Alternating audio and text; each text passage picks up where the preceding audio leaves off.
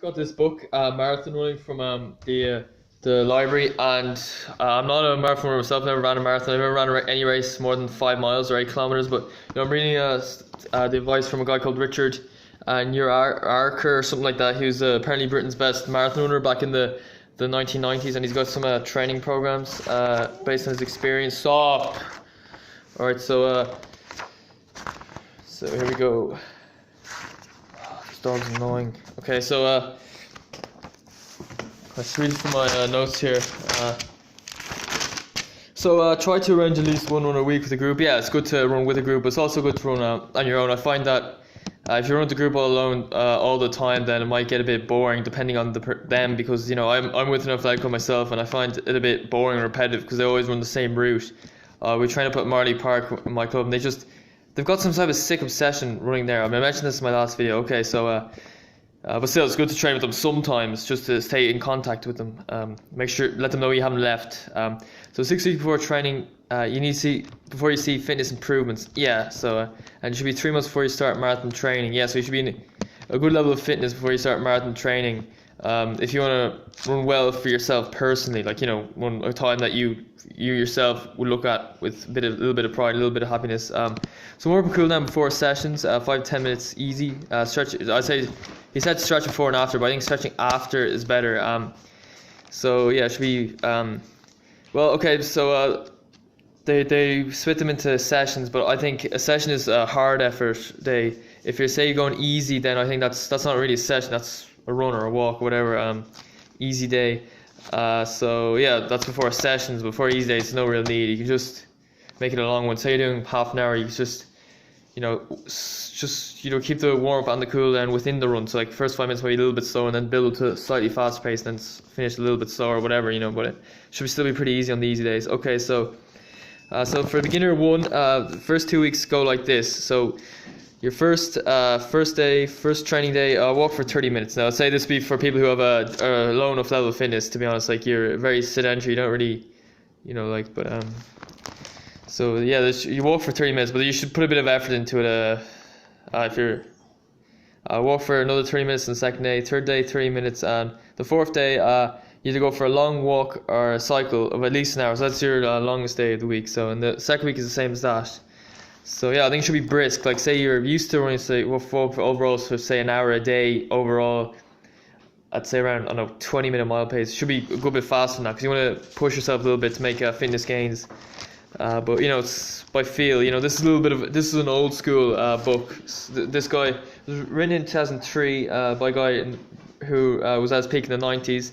When I say old school, I mean in a good way. Like it was a good way to do it back then. Just go by effort and feel. Nowadays it'd be all like the exact pace, and use all these GPS and heart rate monitors. And I think that sort of takes away from the fun a little bit if they're used too much. So I think this is a good way of doing it. So first week for marathon. So these guys will be guys who are a fair amount of exercise, some running, but don't have much experience of a structured program. I personally say these guys will be a little bit fitter than average. Oh, those fucking dogs, hate them. Stop!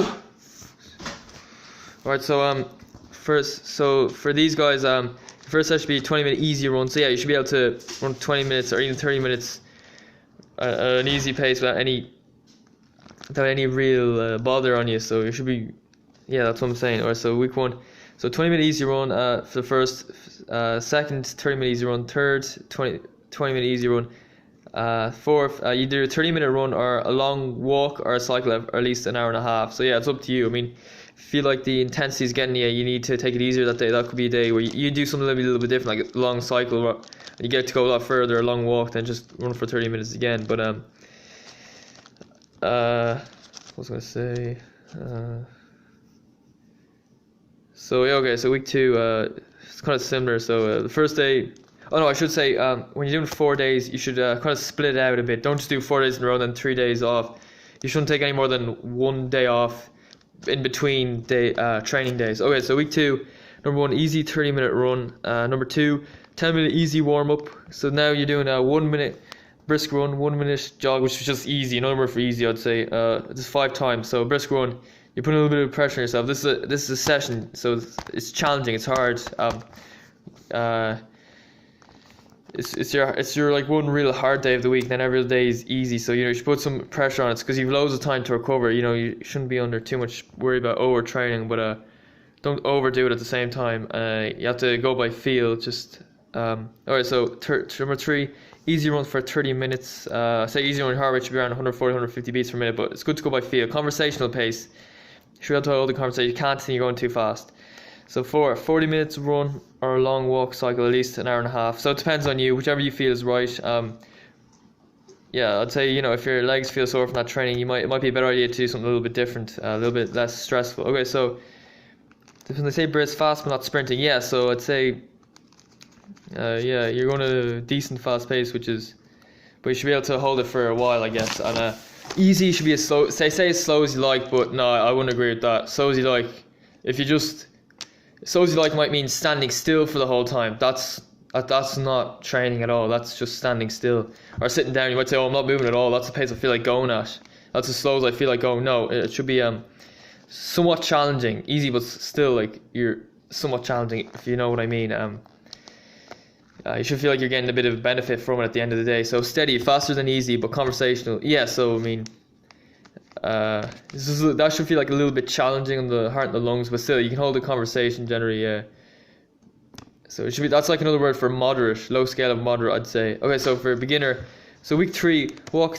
I really should have split these up more. Okay, so walk for 30 minutes, walk 10 minutes. Next 10 minutes, walk 1 minute, jog 1 minute. Do this 5 times, so that's 10 minutes overall. So walk 10 minutes. So yeah, so 30 minutes overall, so 5 minutes of running or jogging, whatever you want to call it. But that day should be challenging. That should be like the one real challenging day of the week. And then number 3, walk 30 minutes. So we walk is like what I would call a recovery run for me. Like you might do, say, I don't know, that session on the Tuesday, and on Thursday, your legs might be a bit sore from it, so you could walk for 30 minutes. You like loosen out your legs, make you feel more loose, if you know what I mean. So number 4, long walker cycle, at least 1 hour. And week 4, yeah, so walk 10 minutes, next 10 minutes walk, jog for 1 minute times 5, walk 10 minutes. Number 2, walk 40 minutes. Yeah, so that's the thing, it's about building up the amount of walking and jogging you do in the overall. So yeah, it's a good book, you should definitely try it. Have it here. I've written down the notes, but I think that's a bit pointless. So where were we? Week 4 for beginner. Do you know what? Yeah, my apologies. I should have split it up into 2. To be honest, it's probably a little bit confusing actually for people watching. I guess I'm just a YouTuber. I'm just fairly new to it. I'm still learning myself. I need to learn from my mistakes. So hopefully I will. So week 4 for beginner: 10-minute walk, 10-minute walk, run by 5, walk 10 minutes, walk for 40 minutes. Week 4 is another session. So walk 10 minutes, walk 90. So 90, 1.5 minutes times 2. And then walk 1 minute, jog 1 minute by 4, and then walk 10 minutes for your cool down. And then session 4, same as session 4 week 3. That'll be so long walk or cycle at least 1 hour. So yeah, it's just about gradually building up.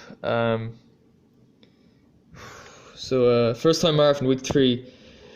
You're doing an easy run of 30 minutes for the first one. Then for number 2, run easy pace for 15 minutes, then steady pace for 15 minutes. Easy run 30 minutes week 3. That should be like a recovery run.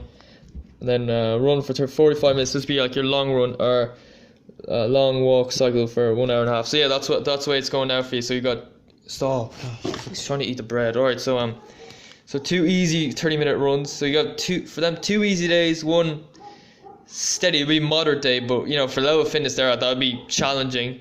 And then 1 long day where you walk 45 minutes or longest run of the week, or else you go for a very long walk or cycle. So that's the thing. So 2 easy, 1 hard, 1 long. That's the way I put it down. So it's nice and simple. So for week 4, session 1, easy 30-minute run. Yeah. Session 2, 10 minutes of a warm up. 2 minutes steady pace followed by 2 minutes jog, which is easy. No word for easy. Repeat this 4 times. So that would be 12 minutes. So yeah, you're doing like 27 minutes there. Then session 2, easy 30 minutes. And then session 4 would be run 45 minutes. Yeah, as I mentioned that before. Alright, so I'm gonna end it here. This is my video. Probably wasn't as organized as it should have been. So Irish Phone Runner, do you feel like it? Like, comment, subscribe, and I'll see you another time.